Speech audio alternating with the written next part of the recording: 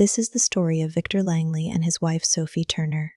They had built something most couples only approximate, a life that felt, from the outside, like evidence that love could survive the ordinary. Victor was the kind of man who remembered which mug was Sophie's favorite and always set it out the night before.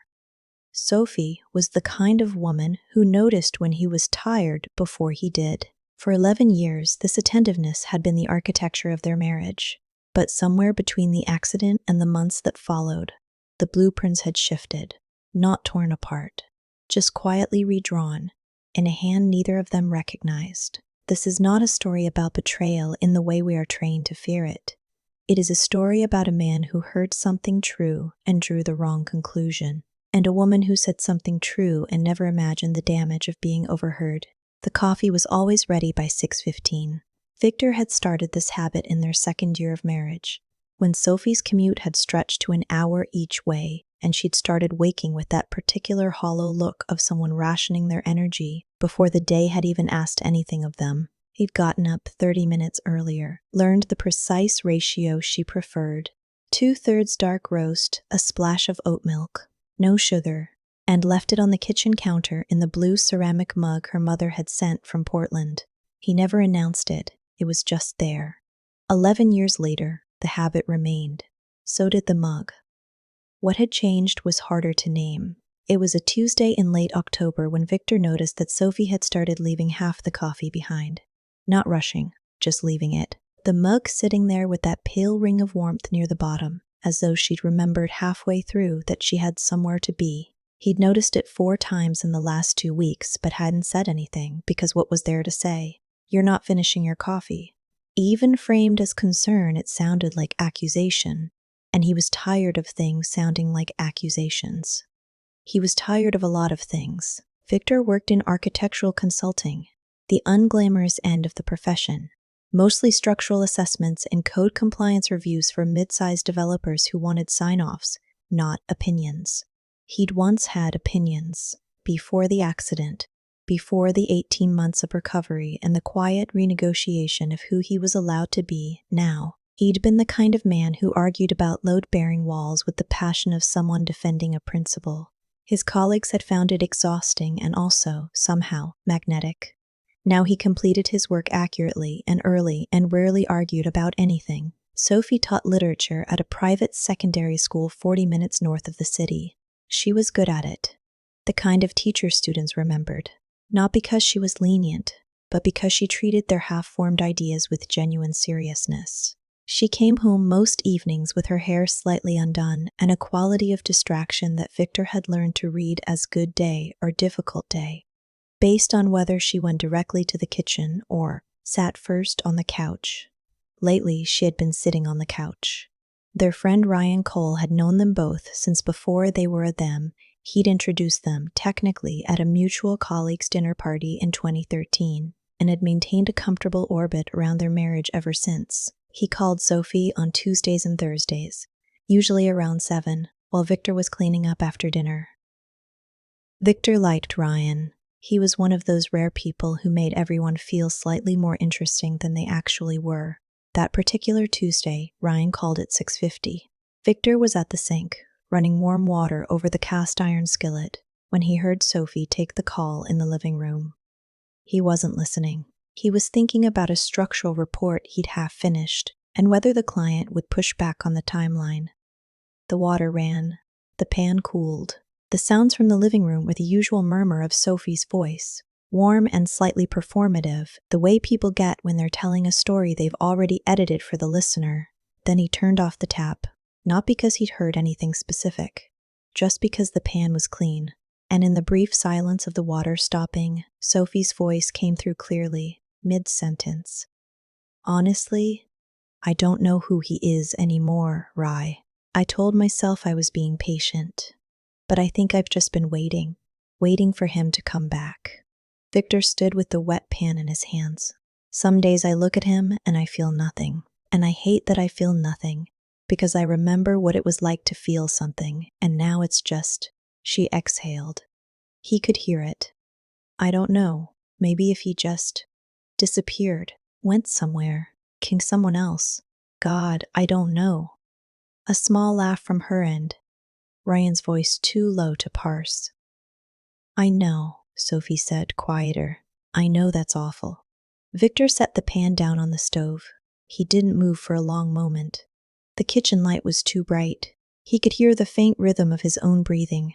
He didn't walk into the living room. He didn't pick up his keys or raise his voice or do any of the things that come naturally when something ruptures. He just stood there, and something shifted inside him, not breaking exactly, but rearranging. The way a structure settles after weight is added, slowly, almost imperceptibly. By the time Sophie came back to the kitchen, he was drying the pan with the dish towel, his back to her. Ryan says hi, she said. Tell him I said hi back, Victor answered. And that was all. She poured a glass of water. He hung up the towel. They watched 30 minutes of television before she said she was tired. And he said he'd be up soon. She kissed him on the temple, the way you kiss someone you've memorized. He sat in the dark living room for another hour after she went upstairs. He did not decide, consciously, to begin preparing. It happened the way most quiet decisions happen. Through a series of small actions that don't announce themselves as a pattern until you step back and see the shape they've made. On the Wednesday after he'd overheard Sophie, Victor called his accountant for what he framed as a routine quarterly review. On Thursday, he pulled up their joint investment accounts and took screenshots of the current balances.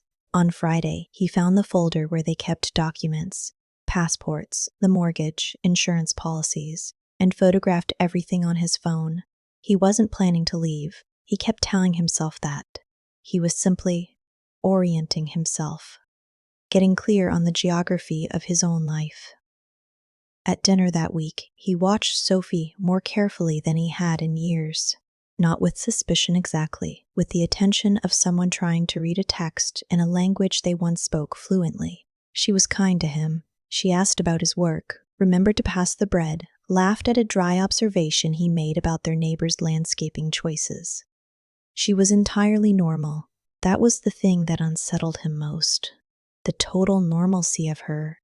The absence of any sign that she'd said those things, that she'd felt them. He began to wonder if she always had. Ryan Cole appeared for dinner that Saturday. Victor had known he would. Ryan came by most Saturday evenings when he was in the city, arriving with a decent bottle of wine and some piece of news that he delivered with the theatricality of someone who found ordinary life genuinely dramatic. Victor usually enjoyed this. That Saturday, he watched Ryan's ease with Sophie, the way they talked in the shorthand of people who'd known each other long, and felt something calibrate downward inside him. Not jealousy, precisely. More like the recognition of an intimacy he'd been excluded from, not romantically, just emotionally. Sophie laughed differently with Ryan than she laughed with Victor. Looser, less considered. Victor tried to remember the last time she'd laughed like that with him and couldn't land on a specific memory. You're quiet, Ryan said at one point, filling Victor's glass. Just tired, Victor said. Work. Ryan nodded as though this explained everything, which it had once, in the years before the accident, when Victor's work had been the kind of thing worth being tired from. Somewhere around dessert, Sophie started telling a story about one of her students, a 15-year-old who'd written a paper arguing that The Great Gatsby was fundamentally a story about the cruelty of nostalgia rather than the failure of the American dream. Sophie found this reading exhilarating. She leaned forward as she described it, her hands moving, her voice taking on that particular quality it had when she was genuinely lit up. Victor listened and felt, with a sadness he didn't know what to do with, that she looked like someone he used to know. She's right, isn't she? Sophie said. It's all about trying to recover something that was only ever real in your imagination. That's the real tragedy. Not ambition, longing. Ryan raised his glass. Too longing, then. They clinked. Victor raised his glass a beat too late. After Ryan left and Sophie was loading the dishwasher, Victor stood in the kitchen doorway watching her. She was humming something, half a melody, barely conscious of it. He opened his mouth to say something. He wasn't sure what. Something true, maybe. Something about the evening, or the way she'd looked when she was talking about Gatsby, or the fact that he missed her even when she was standing directly in front of him. She turned and caught him looking. "What?" she said, but not unkindly. "Nothing," he said. "Good dinner." She smiled, a real smile, brief and warm, and turned back to the dishes. Victor looked at her for one more second, then looked at the wall beside her, then walked to the living room. He sat down. He thought, I am documenting my own life like evidence in a case I haven't filed yet. And then he thought something stranger. He looked at his own hands on his knees and felt suddenly absurdly visible. Not to Sophie, to something else. Some diffuse sense of observation that made no rational sense. He almost said something out loud. Something like, I don't know. Maybe like this story or subscribe or something.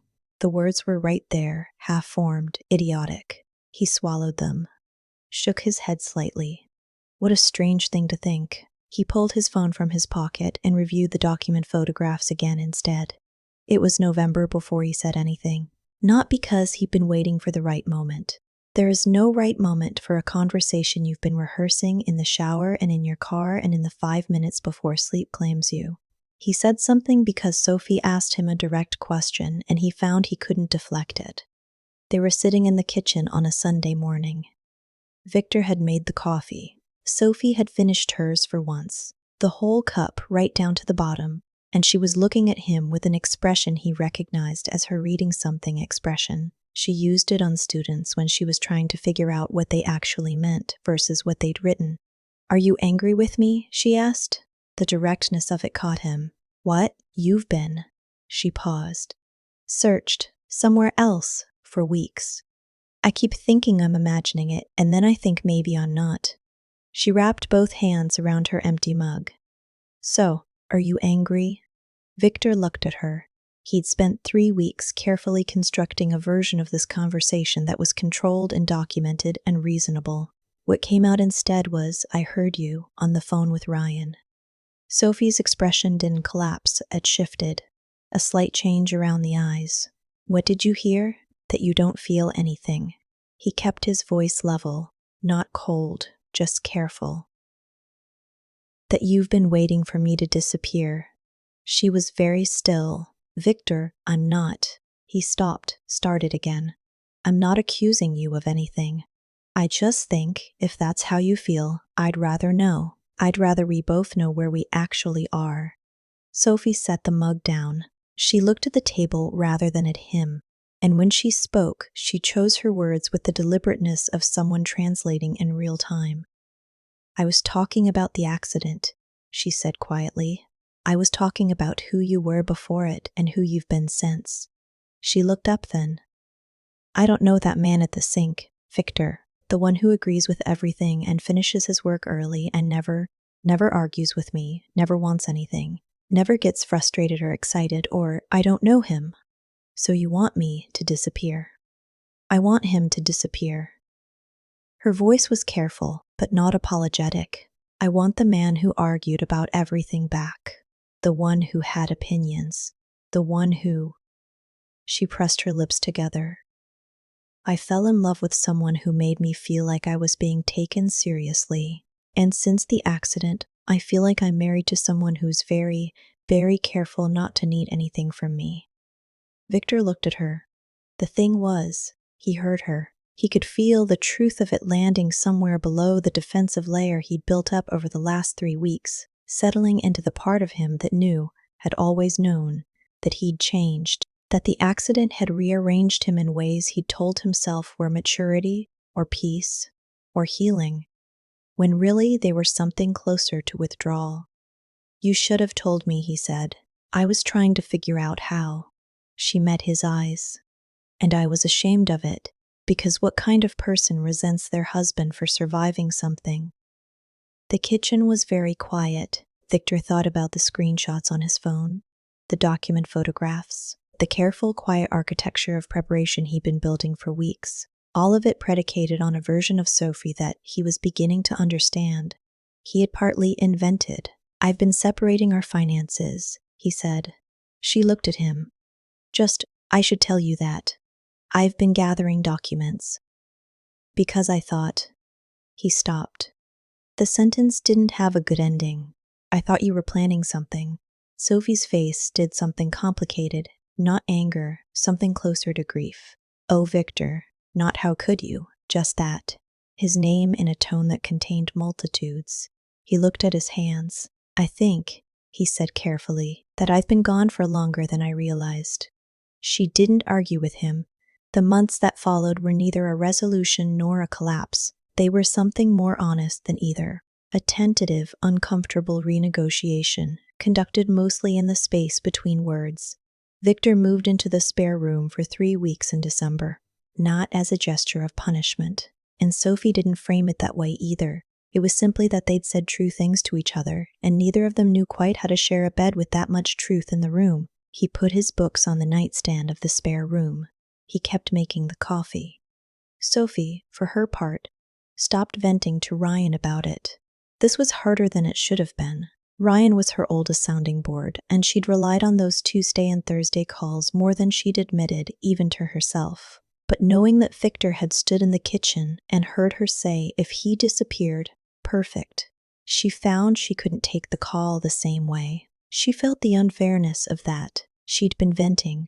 It had been taken out of context. She wasn't wrong to need somewhere to put her frustration.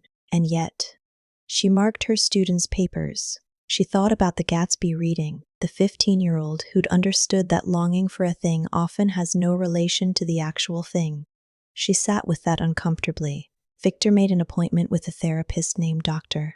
Aldrich Webb, on the mild encouragement of his GP, who had noticed at a routine checkup that Victor's blood pressure was elevated, and his answers to standard questions had the quality of someone reciting from a script they'd memorized to sound fine. Dr. Webb was a compact, unhurried man who said very little and had the particular gift of sitting in silence without it feeling like pressure. In their third session, Victor described the accident, the car, the intersection, the 3 weeks in hospital, the long re-entry into his own life, and realized, somewhere in the middle of describing it, that he'd never once described it to Sophie. She was there, he said. She knows what happened. Does she know what it was like? Dr. Webb asked. Victor didn't answer for a long moment. No, he said eventually. I didn't want to burden her. He thought about this for several weeks. The word burden, how quietly totalizing it was. How it had organized his entire emotional life since the accident under the logic of protection and not burdening people, when really, underneath that, he'd been terrified. Terrified that if he told Sophie how afraid he'd been, how the accident had rearranged something foundational in him, something to do with confidence and the sense of his own solidity, she would look at him differently, that he would become smaller in her eyes. That the man she'd married, the one with opinions and arguments and the willingness to take up space, would be revealed as someone who'd been performing a kind of strength he didn't actually possess. So he'd performed it differently. He'd performed calm, ease, not needing anything, and somehow he'd thought this was love. In February, he moved back into the bedroom. Sophie didn't make an announcement of it. He simply appeared with his books, and she moved her pillow back to her side, and that was that. They weren't okay, but they were in the same room, which felt like something. Ryan called on a Thursday in March, and Sophie took it in the kitchen this time, where Victor could hear. He didn't leave the room, not to listen exactly, but because he was reading at the kitchen table, and it felt wrong to perform privacy that way. It's getting better, Sophie said. Slowly. We're talking more. A pause. He's seeing someone, a therapist. Another pause. No, I think it's helping. He seems more.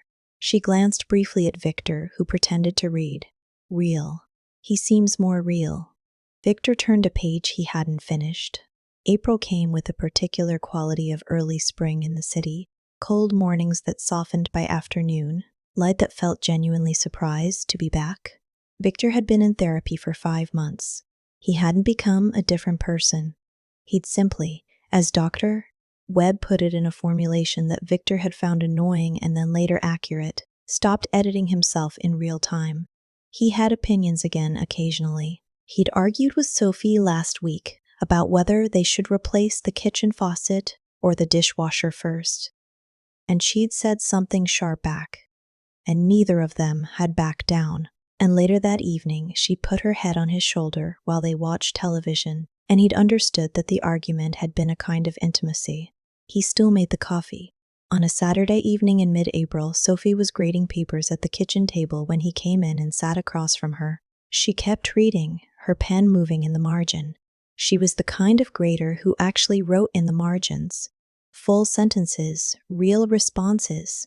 He watched her for a moment. "Can I tell you something?" he said. She looked up, set down her pen. "About after the accident." He folded his hands on the table. He'd thought about how to say this for weeks, maybe months, and in the end there was no elegant version of it. "I was afraid, for a long time. I thought if I told you how afraid I was, you'd." He stopped. "I didn't want you to see me differently." Sophie looked at him steadily. "I thought I was protecting you," he said, "but I think I was actually just protecting myself from the possibility that if you saw the real thing, you wouldn't want it." The kitchen light was on. Outside it was almost dark. Sophie picked up her pen and set it down again. She seemed to be considering several things at once. When she spoke, she wasn't looking at him. She was looking at the paper in front of her, the student's handwriting in blue ink. "I knew," she said. "Not the specifics, but I knew you were carrying something you weren't putting down. And at first I told myself to be patient, that you'd come to me when you were ready." She looked up then. "And then I just got tired. And then I got angry at myself for being tired. And then I stopped being sure which version of us was real and which was performance." "Both, probably," Victor said. She considered this. Yes, both, probably. A long silence settled between them. Not uncomfortable, exactly. The kind of silence that has weight because it's earned. "I don't know if we're going to be okay," Sophie said. It wasn't cruel. It was honest in the way she was always honest when she let herself be. "I think we might be. But I don't know." "Neither do I," Victor said. She picked up her pen. He stayed at the table. After a while, he got up and turned the kettle on. Tea this time, not coffee. It was late for coffee. He stood at the counter and listened to the kettle begin its slow build toward boiling, and he thought about the evening he'd stood at this same counter with the wet pan in his hands, and heard her voice come through the silence with those words. If he disappeared, he'd spent months organizing his life around what he thought those words meant, and they'd meant something else entirely. Something about him, yes, but something that was true and not a verdict. Something that was grief, not indifference. He'd made himself the victim of a crime that hadn't happened. He'd been so busy documenting his own loss that he hadn't noticed he was the one who'd gone missing. The kettle boiled. He made 2 cups and set one in front of Sophie. She glanced up. Didn't say thank you with words, just a small look. The kind that carries everything when you've been with someone long enough. He sat back down across from her. She went back to grading. He picked up the book he'd been carrying around for 3 weeks and actually began to read it. Outside, the April dark settled over the city. The kitchen light held them in it. They weren't fixed. They weren't broken. They were 2 people who had found their way back to the same table, slowly, expensively, without ceremony, and were trying to remember how to sit across from each other without performing anything. Victor turned a page. Sophie wrote something in the margin. The cups of tea went warm and then cool. Neither of them moved to leave. Some marriages don't end in revelation. They end or they don't, in the quiet accumulation of small choices. To speak or not. To stay at the table or go. Victor Langley had heard something true, misread it completely, and in the misreading had discovered something truer still, that the man he'd been mourning was not gone, just frightened. That fear, kept private long enough, becomes a kind of disappearance. And that being found, really found, requires, first, the terrifying willingness to be seen.